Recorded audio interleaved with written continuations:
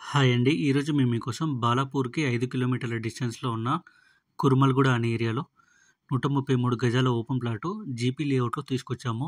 ఇలాంటి properties miss కాకుండా ఉండాలంటే వెంటనే మన ఛానల్‌ని సబ్స్క్రైబ్ చేసుకోండి. చూడండి, ఈ ప్లాట్ వచ్చేసి మంచి రెసిడెన్షియల్ ఏరియాలో ఉంది.